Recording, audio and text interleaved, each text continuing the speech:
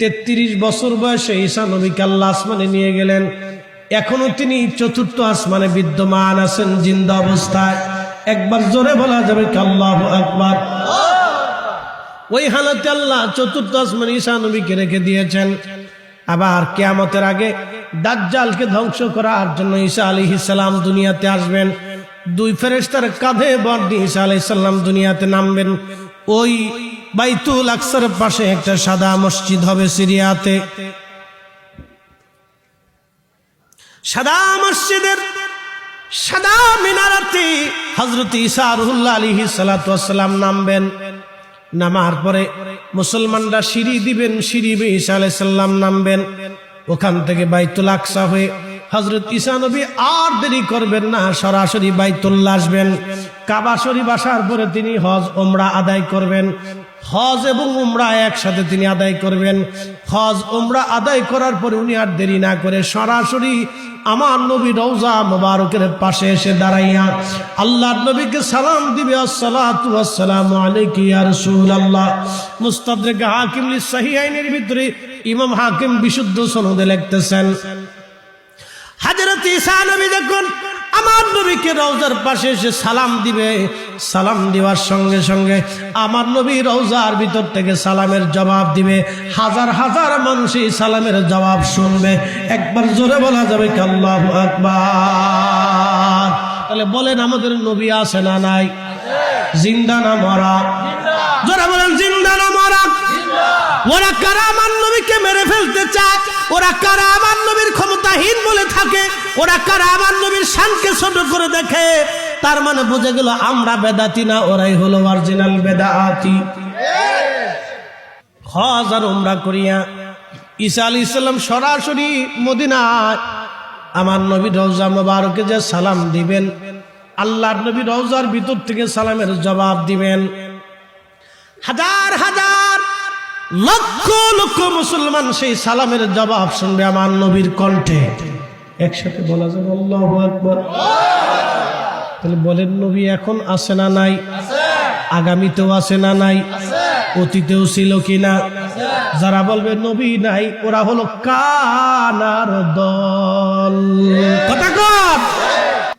আল্লাহর নবী ঈসা রুহুল্লাহ আলাইহিস সালাতু ওয়াস সালাম জলিল কদর নবী, আমার নবীর উম্মত হবে। পরে বলতেছি ঈসা আলাইহিস সালাতু ওয়াস সালাম রওনা করছে। বহু দূর পথ চলার পরে ঈসা নবীর কাছে মাত্র 3টা রুটি ছিল। একটা রুটি নিজে খাইলেন আর একটা রুটি সফর সঙ্গীকে দিলেন। সফরে একা চলা আর বুকা চলা সমান। সফরে একা চলতে হয় না, সাথে সঙ্গী সাথী রাখতে হয়। হযরত ঈসা নবী সঙ্গীকে বললেন, সঙ্গী তুমি একটা রুটি খাও, আমি একটা রুটি খাবো, বাদ বাকি একটা রুটি রেখে দিলাম। ওই রুটিটা রেখে ঈসা আলাইহিস সালাম নদীর পাশে গেলেন পানি পান করার জন্য। আয়েশা দেখতেছে বাকি রুটিটা নাই।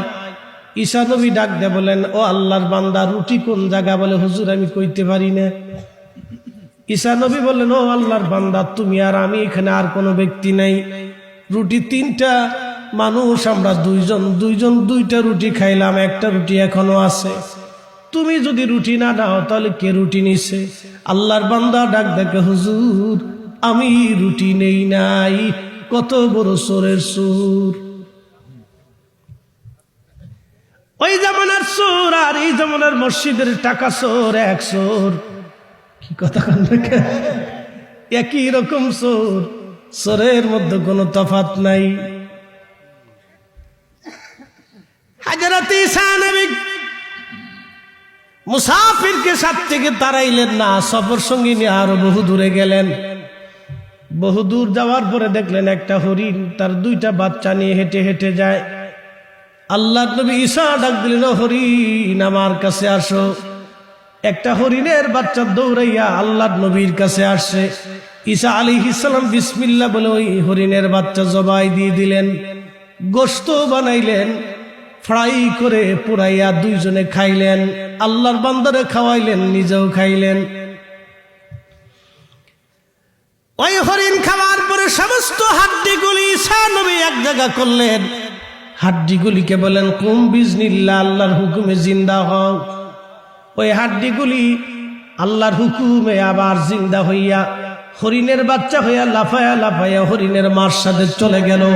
চিৎকার মেরে জোরে বলেন আল্লাহু আকবার। বন্ধু আমার, হযরত ঈসা নবীর কথা আমি বলে শেষ করে দিয়ে যাই। হযরত ঈসা নবী ওই হরিণটাকে আবার হাড্ডি গুড্ডি এক জায়গা করে বললেন কুম বিজনিল্লাহ, ও হরিণ তুমি আবার জিন্দা হয়ে যাও আল্লাহর হুকুমে। হরিণের হাড়ের জায়গা হাড় আসলো, কানের জায়গা কান, দাঁতের জায়গা দাঁত, নাকের জায়গা নাক, চোখের জায়গা চোখ, চামড়ার জায়গা চামড়া, পায়ের জায়গা পা, লেজের জায়গা লেজ, সব জায়গা মতো ফিটফাট হয়ে হরিণ লাফায়া লাফায়া চলে গেল তার হরিণের মায়ের সাথে। ঈসা নবী ডাক দেয়া বলেন, ও আল্লাহর বান্দা, তুমি তো আমার সামনে বসে বসে আল্লাহর বিরাট বড় একটা কুদরত দেখছো। এই হরিণটাকে জবাই করলাম, এই হরিণের গোশত বানাইলাম, দুইজনে খাইলাম, আবার হরিণের হাড্ডি গুড্ডি এক জায়গায় করে আমি কুম বিজনিল্লাহ বলার পরে এই হরিণ আবার জিন্দা হয়ে লাফায় লাফায় তার মার সাথে চলে গেল। ও আল্লাহর বান্দা, তুমি আল্লাহর বিরাট বড় একটা কুদরত তুমি দেখছো। আল্লাহর বান্দারে, এই আল্লাহর সেই আল্লাহর দুহাই দিয়ে বললাম, বলো 3টা রুটির একটা রুটি ছিল, ওই রুটিটা কে চুরি করছে? মনে আছে না আপনাদের? রুটি ছিল কয়টা? 3টা। দুইজনে 2টা খাইছে, একটা রুটি চুরি হয়ে গেছে। আল্লাহ তোমার যে কুদরত দেখাইলো আল্লাহর বান্দা, এই কুদরত